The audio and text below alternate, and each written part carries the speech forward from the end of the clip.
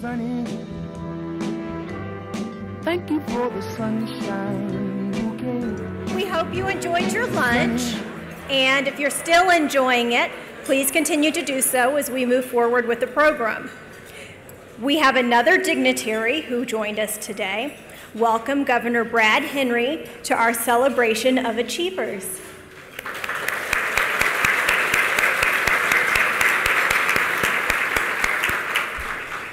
One of our past honorees who stood up earlier is our keynote speaker today. Starting with AT&T in 1999, he's progressed through a series of jobs in Dallas, Austin, and San Antonio. He serves as the Assistant Vice President for Telecom Operations and Shared Services in San Antonio, helping to plan, build, and maintain AT&T's domestic and global network. In these positions, he was responsible for legislative activities and regulatory policy for AT&T Texas. In 2008, he was named as president of AT&T Oklahoma and has been an active member of our state since then. We're so pleased he could join us today. We're eager to hear what he's been up to since being honored as one of last year's Achievers Under 40. Please help me welcome the president of AT&T Oklahoma, Bryan Gonterman. I've got you under my skin. I've got you deep in the heart of me. Good music. Thank you, Sonny, and thank you, Mary, very much for having me here today.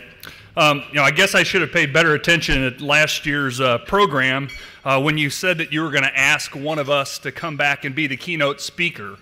So for those of you out there in the audience, pay attention. They're not kidding. They really will ask one of you to come back and be the keynote speaker next year. So in all seriousness, let me first say what an honor it is to be here speaking with you today. And let me be one of the first to congratulate this year's award winners. You should feel very honored and proud of yourselves and the accomplishments that you've achieved and the short lives that you've lived.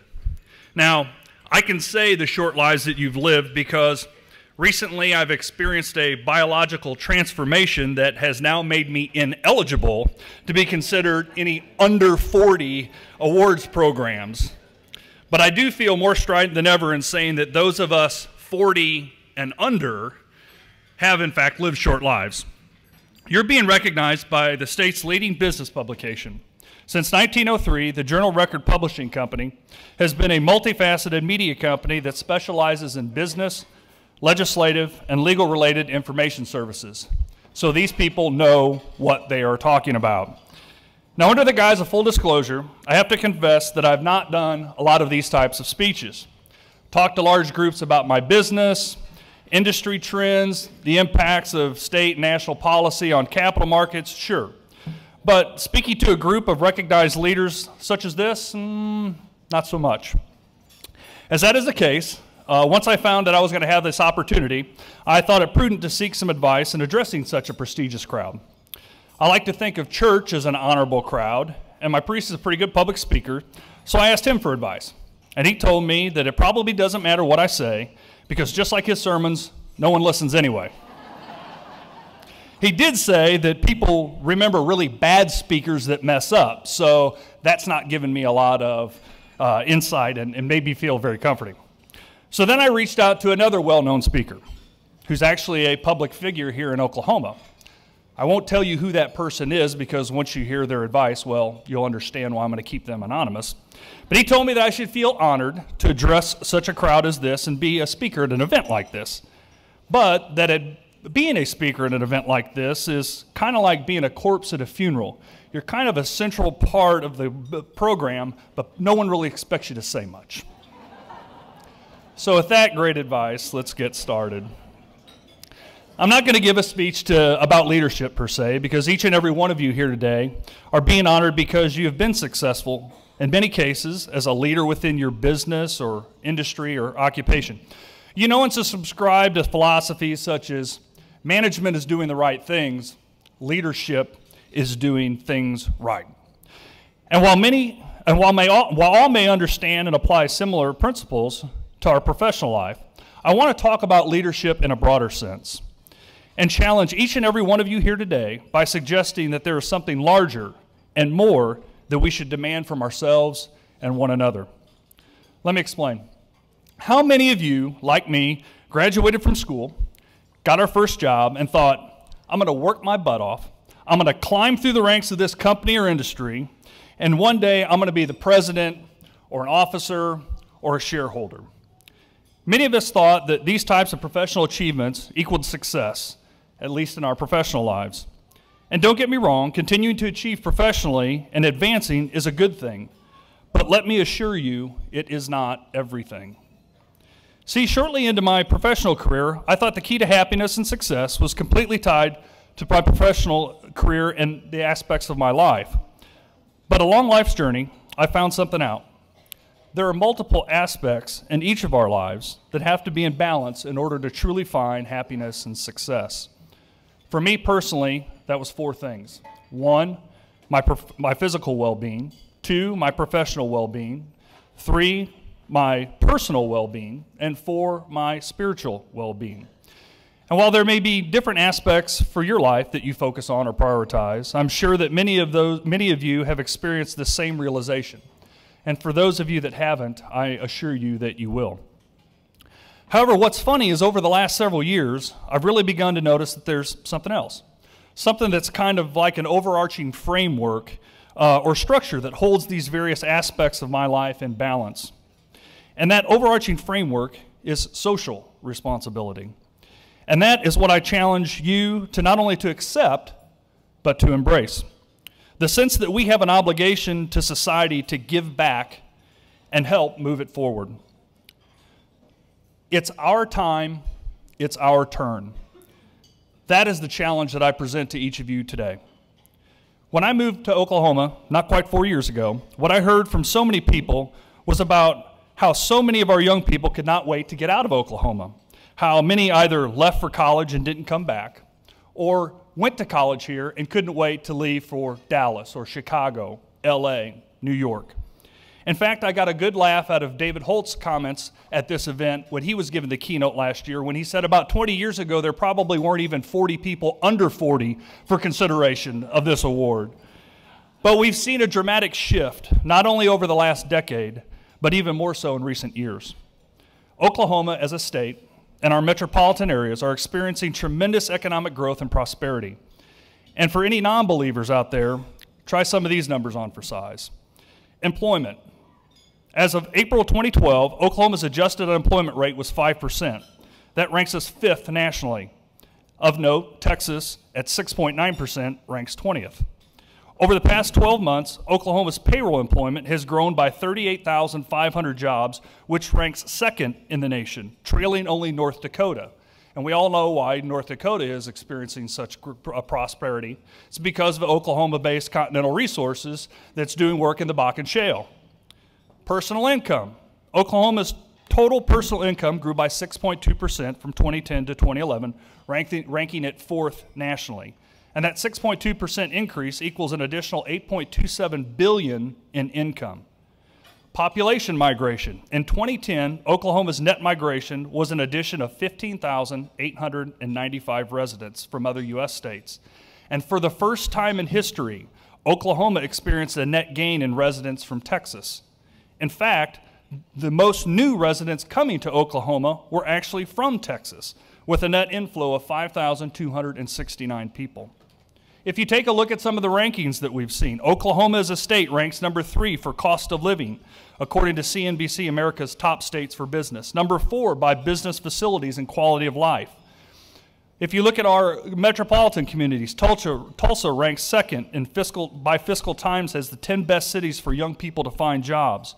Number 5 in Forbes and Manpower best cities for jobs right now. Oklahoma City has had its accolades as well as being named the nation's number 1 most friendly city towards small business. Number 2 in Fiscal Times 10 hottest spots to start a business. And number 10 in the MarketWatch best places to live in the United States.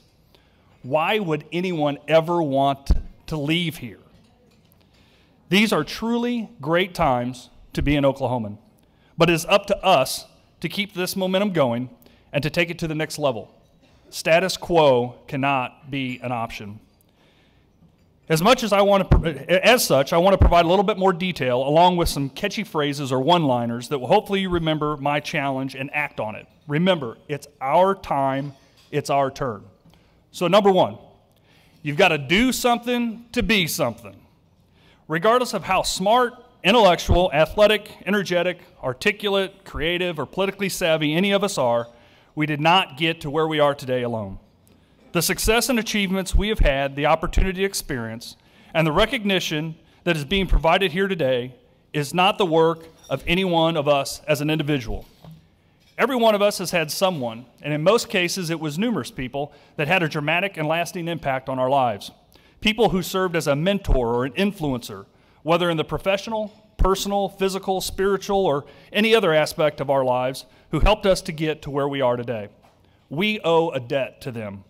And as proud as those people are to see the successes and accomplishments that we've achieved, which in many cases is due to putting into practice their guidance, advice, and following their leadership, that in and of itself is not enough.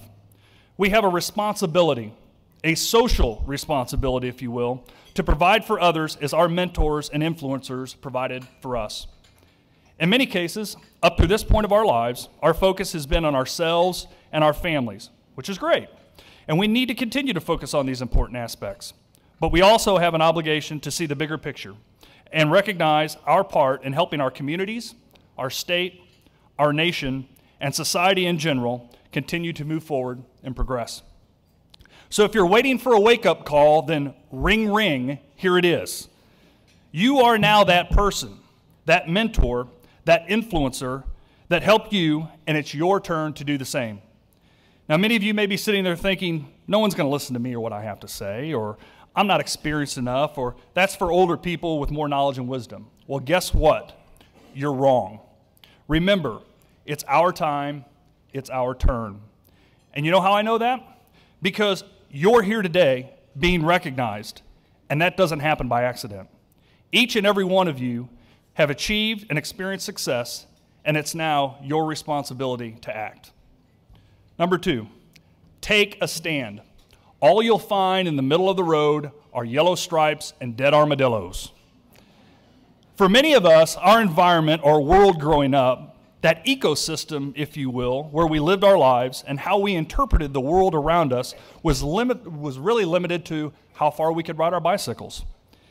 Think about it. We basically had 5 television channels. Pong was about the best thing that you could get in a video game until the Atari 2800 came along, and that was truly amazing technology back then. You kept a kitchen timer next to the telephone to make long-distance calls, which, of course, you only made at certain times of the day to make sure that you didn't have a huge telephone bill. Most families did not have a computer. Al Gore had yet to invent the internet. And, of course, Facebook and Google did not exist. I'm telling you, these were pretty tough times. I mean, just think of having to use encyclopedias and books to come up with data points and facts for term papers. I mean, the sheer thought of it just scares me. However, technology today is tearing down the geographic boundaries that have limited and restricted how we perceived our place in the world. Just look at society today and how today's youth are building their foundation and perception of the world and their place in it. In 2011, the number of mobile phones in the U.S. surpassed the U.S. population. And globally, there are now more people with mobile phones than have access to electricity and running water. We now have hundreds of high-definition channels and even more standard-definition channels streaming into our homes 24/7.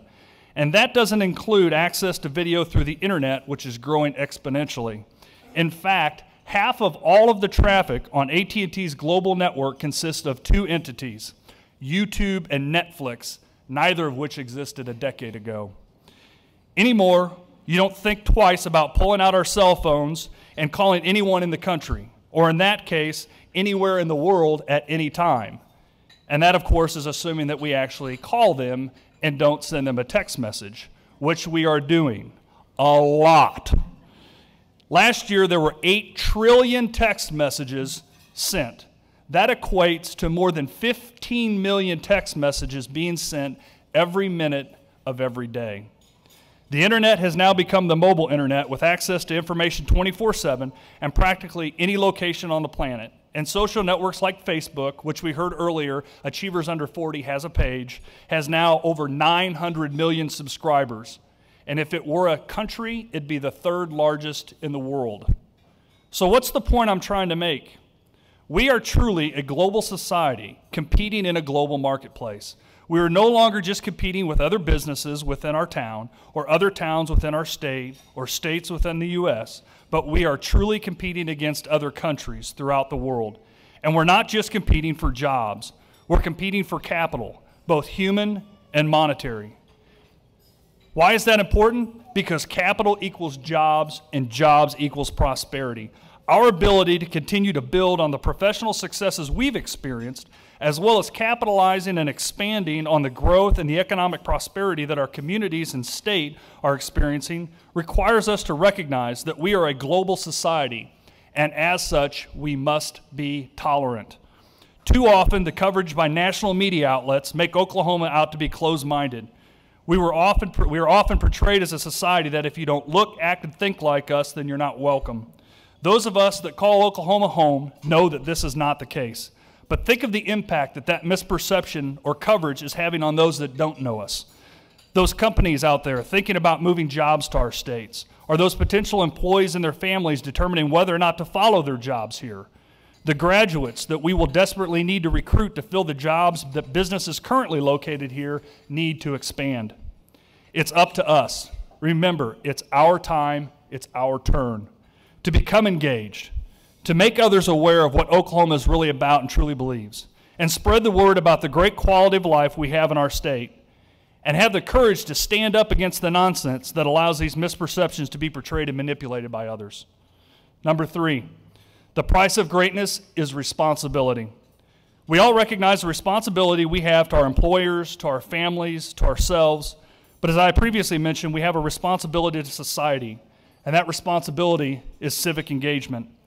Now, the good thing is, I can assure you that there are plenty of opportunities to become civically engaged in this state. And I can also assure you from firsthand experience that that is not the case everywhere in the United States. There are a ton of issues that you can choose to focus on that will have a lasting impact on our society.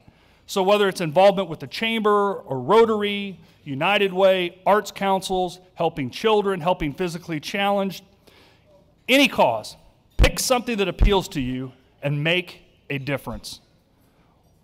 One thing that I would like you to consider, however, becoming involved with is one which I believe is one of the most significant issues facing our country and our future. The national dilemma of which I'm referring to has to do with education, specifically America's high school dropout crisis. 1 in 4 of our young people aren't graduating with their class, and those who do, many, are not fully prepared for college and career success. The United States currently ranks 16 out of 27 on high school graduation rates amongst industrialized democracies. And by 2020, it's estimated that close to 3/4 of all the jobs in America will require high skills and will be highly paid. It will take an estimated 123 million Americans to fill these positions. However, at current high school and college graduation rates, we can expect that only 50 million Americans will be qualified for these jobs. Dropouts from the class of 2010 alone will cost the nation more than $337 billion in lost wages over the course of their lifetime. According to national research, the battle to meet the national high school graduation rate goal of 90% will be won or lost in 13 states, and Oklahoma is one of them. These states have the largest number of students to get back on track to graduate. If each state had a graduation rate of 90%, 580,000 additional students would have graduated in the class of 2011, which, in addition to other spending, would generate more than 370,000 new jobs and increase GDP by $6.6 billion. How do we plan to continue the growth and prosperity we've seen in this state and country with these types of statistics?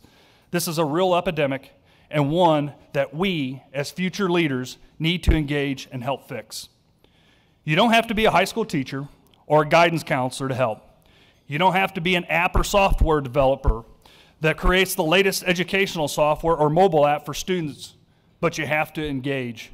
Become involved with junior achievement. Engage your local community organizations to partner with your school districts. Join and become active with your local school foundation or other organizations that are partnering with schools. But together, we can make a difference. So I hope that you will accept my challenge and remember, it's our time, it's our turn. And before I conclude, I wanted to share a poem with you that I found that means a great deal to me and I thought was particularly applicable given what we've discussed here today. Memorial Day was over now. All had left, and I was alone. I began to read the names and dates, chiseled there on every stone. The names which showed whether it was mom or dad or daughter or baby son. The dates were different, but the amount the same. There were 2 on every one. It was then I noticed something. It was a simple line. It was the dash between the dates. Placed there, it stood for time. All at once, it dawned on me how important that little line. The dates placed there belong to God, but that dash is yours and mine. Thank you very much for having me today. I look forward to seeing the successes all of you have and the impacts that you'll have on our community and our state. Thank you. I've got you under my skin.